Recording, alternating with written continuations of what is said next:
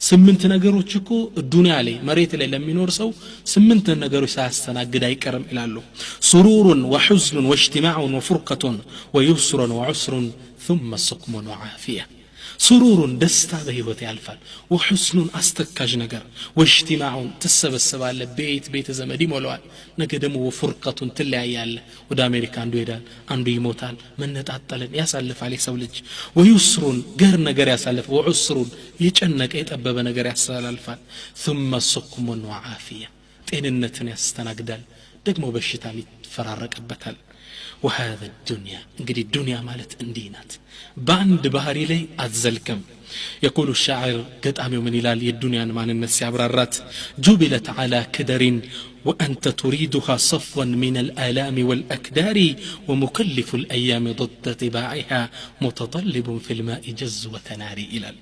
جبلت على كدر الدنيا بزي ملكونه بكدر بمدفرس ነው የተፈጠረችው وانت تريدها انت ግን ትፈልጋታለህ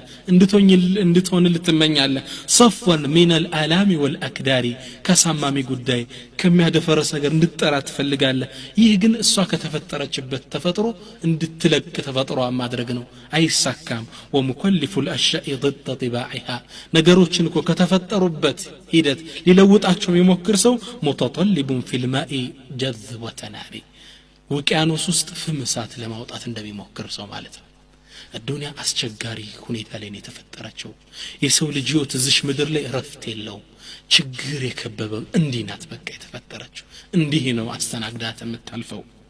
قيل لعلي بن ابي طالب رضي الله تعالى عنه ጣም ይገርመው ሰይድና አሊ ተጠየቁ ሲፍ لنا الدنيا ይችን ዱንያ ይችን መሬት እስኪ ግለጻት እስኪ ወስፍልን አሉት فقال ماذا أصف لكم ماذا أصف لك من بيلنجره من دار إتشن أجر أولها بكاء يمجمرها هيوت لقصو يسألش كنات ورسيوت أيالك كسن مجمرها لقصو نوال وأوسطها عناء ما لن يودقمو هيوت كموت بفيت يالو أدكامينو بك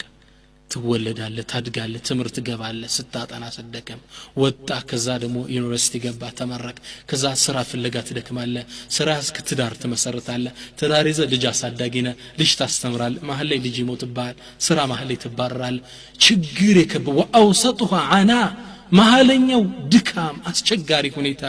واخرها فنا መጨረሻው ደግሞ መጥፋት በሞት መልቀቅ ይችን ሀገር ምን ብዬ አላብራራለህ አሉ ሰይድና አሊ ረዲየላሁ ተዓላ ዐን ስለዚህ الدنيا እንዲህ በፈተና ጽልመት የተዋጠች ምድር ናት አላህ እንዲህ ነው የፈጠራት ከዚህ ጽልመት ውስጥ የምትወጣበት መንገድ ቢኖር ሶብር ነው ይህን ጨለማ የሚያበራልህ ብርሃን ቢኖር ሶብር ነው ትግስት የህይወት ስንቅ ስታደርግ ነው ولهذا قال عليه الصلاه والسلام ነብያችን ለዚህ ብለው ምን ይላሉ والصبر ضياء صبر እኮ ትግስት ብርሃን ነው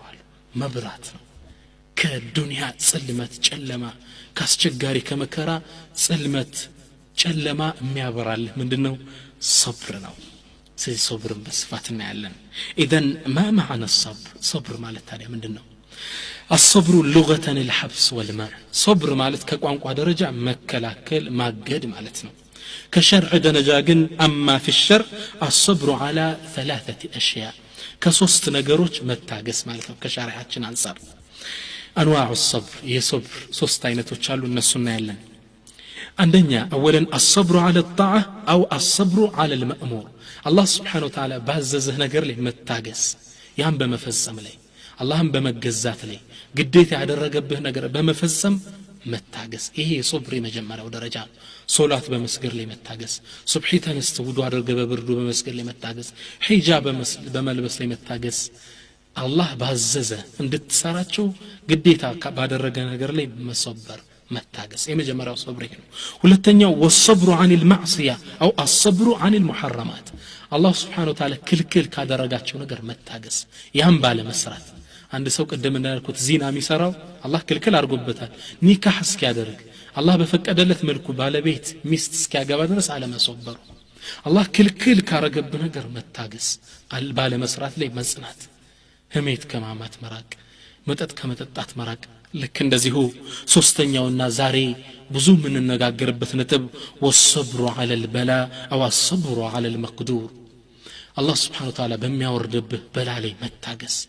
አላህ Subhanahu Wa Ta'ala በቀደረብ ጉዳይ ላይ ማሰበር ይህ ነው እንግዲህ ሶብር ሶስቱ ደረጃዎቹ እነዚህ ናቸው الصبر على البلاء እስኪ ከበላ ከመከራዎች መታገስ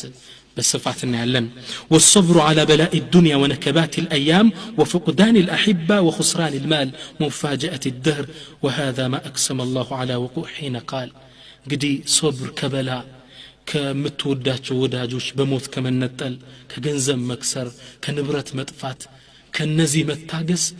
إيه بلا اندي بسولج مورد الله سبحانه وتعالى يمالبت ነው እንደማይቀር